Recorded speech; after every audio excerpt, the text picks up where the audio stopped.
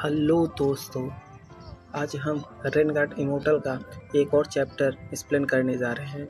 इस चैप्टर को शुरू करने से पहले थोड़ा रिकैप हो जाए तो आपने पिछले एपिसोड में देखा कि दालू स्वॉर्ड सेक्ट के एल्डर ने चालाकी से कियान छिन के साथी को कीड़ों से मरवा दिया था और फल को हथियाने की कोशिश करता है, लेकिन उसी समय अचानक एक रहस्यमय और बेहद शक्तिशाली व्यक्ति ग्रे गैस में प्रकट होता है और उसके बाद घाटी में अचानक दालू स्वॉर्ड सेक्ट के दोनों एल्डर खून फेंकते हुए पीछे की ओर उड़ते हैं और उनके पैरों के निशान जमीन में गहरे छाप छोड़ जाते हैं।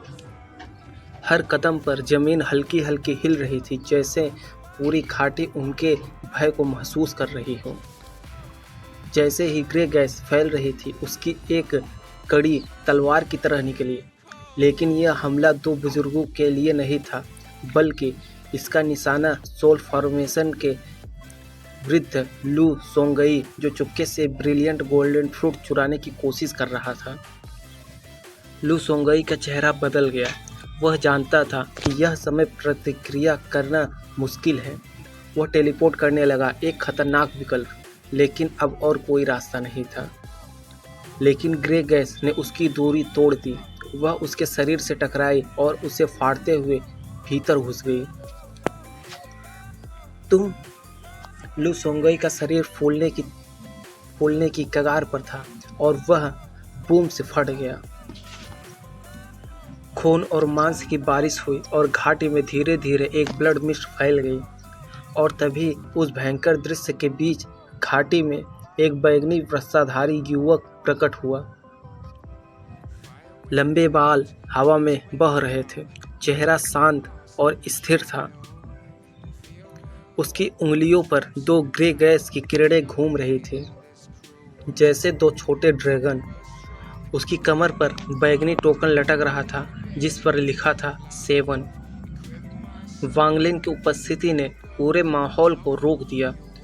गो जिंगई का चेहरा पीला पड़ गया। उसकी जूनियर शिष्य डर के मारे झुककर उल्टी करने लगी और बाकी लोग कांप रहे थे।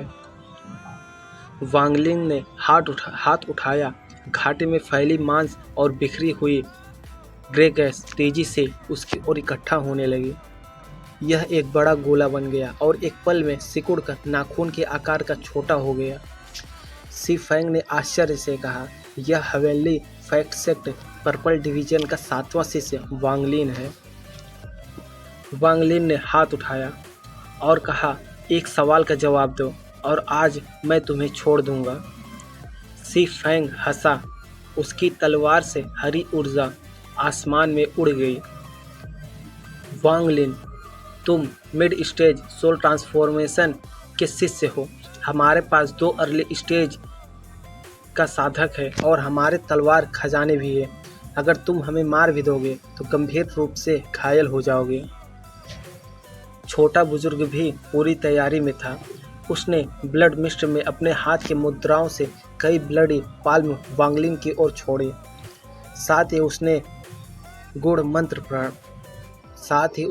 मंत्र पढ़ा, हेवनली घोस्ट डिवोर। तुरंत ही 100 फुट लंबा भूतिया सिर प्रकट हुआ, डरावना और हरा काला। यह सीधे वांगलिन की ओर बढ़ा, लेकिन वांगलिन का चेहरा शांत था। उसने हाथ उठाया और दबाया फिंगर ऑफ डेथ। एक ही उंगली से हजारों आत्माएं मर गई। घाटे की घास, पत्तियां और आक्रमण करने वाले हाथ सब वांगलिन की शक्ति में समा गए। भूतिया सिर ने उसकी उंगली निकल ली, लेकिन वांगलिन ने उसमें सारी शक्ति डाल दी। फिर तुरंत फैलने लगा और वह भूतिया सिर बूम से फट गया। छोटा बुजुर्ग डर के मारे भाग निकला। उसकी आंखों में सच्चा आतंक था।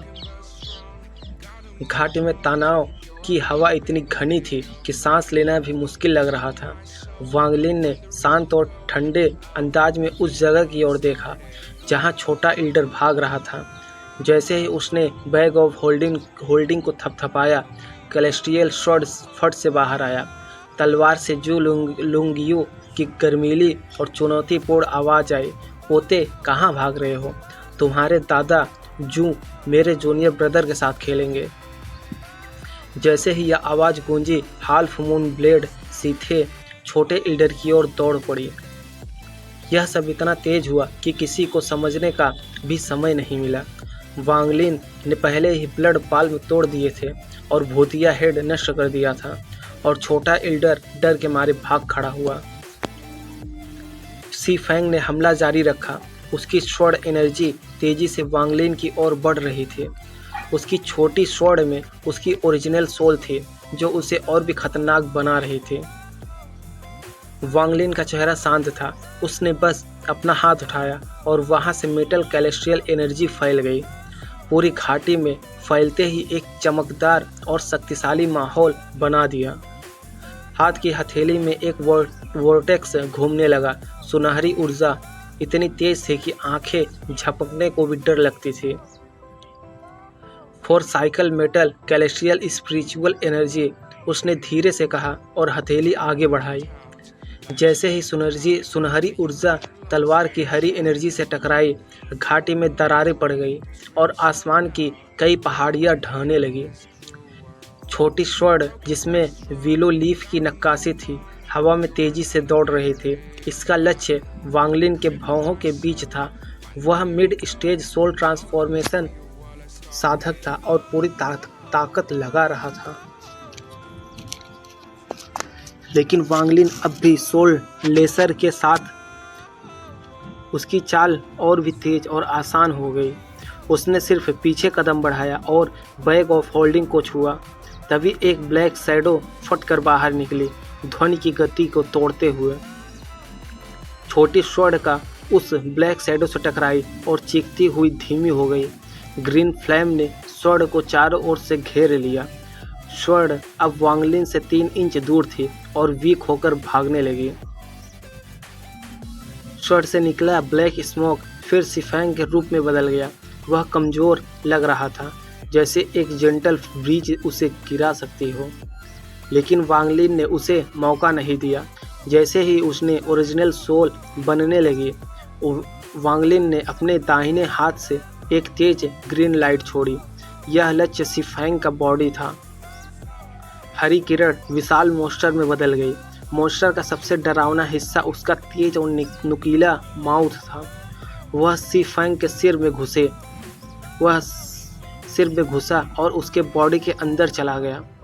क्षण भर में सिफैंग का बॉडी, ब्लड, फ्लैश और शेष कैलेस्ट्रियल स्पिरिचुअल एनर्जी सब खत्म हो गया।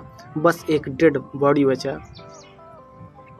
सिफैंग की ओरिजिनल सोल, जो अभी स्वॉर्ड में थी, हैरानी से ठहरी। वह तेजी से दूर जूनियर्स की ओर भागे। 4 जूनियर्स थे, 2 मेल 2 फीमेल। सिफैंग ने बिना देर किए गौ सिंगई पर हमला किया। गौ सिंगई चौंक गया। उसकी आंखें अचानक मंद पड़ गई और माथे पर चोट लगी। वह वही छोटी स्वॉर्ड थी,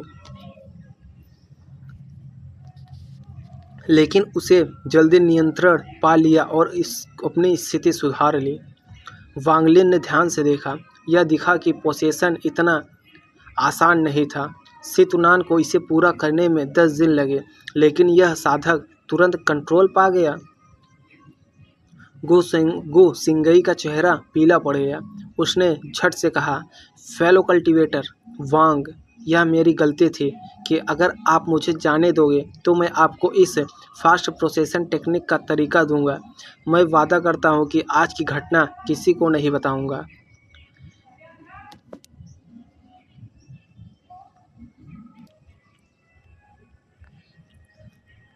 फेलो कल्टीवेटर वांग, यह मेरी गलती थी।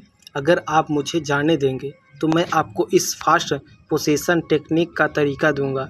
मैं वादा करता हूं कि आज की घटना किसी को नहीं बताऊंगा। इसके बाद सिफैंग ने हाथ हिलाया और बाकी तो जूनियर्स किन को छोड़कर तुरंत एक्सप्लोड हो गए। सिफैंग ने जोर देकर कहा, कियान किन अभी वर्जिन है। अगर आप मुझे जाने देंगे तो मैं यह स्पेल भी दूंगा जो वर्जिन से आपकी चोट भर सकता है।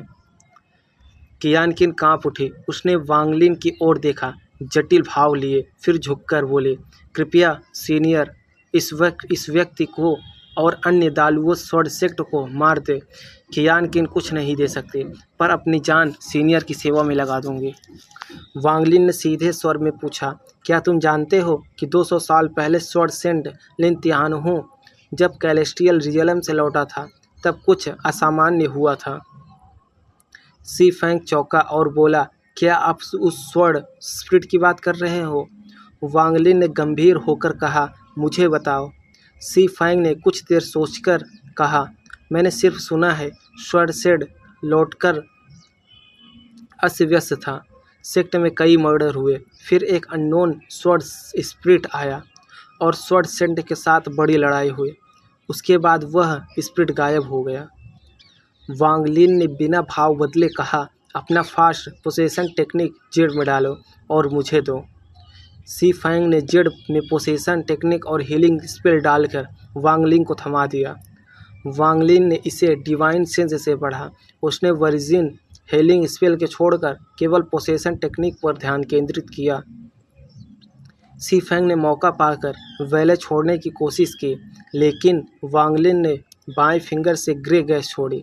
यह इतनी तेज थी कि सी फैंग की नसों में घूमते ही शरीर 3 ब्रीथ में तहस नहस हो गया।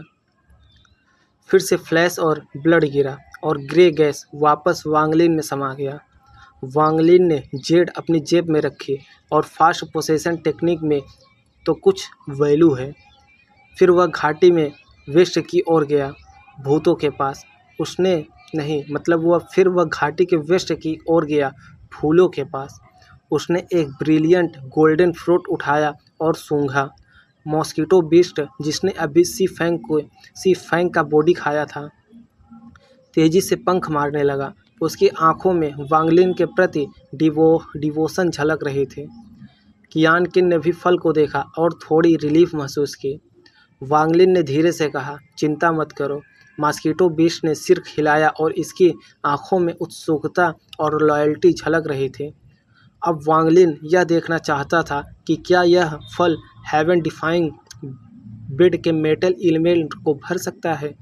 अगर नहीं तो वह इसे मॉस्किटो बीस्ट को खिला देगा। Haven defying bed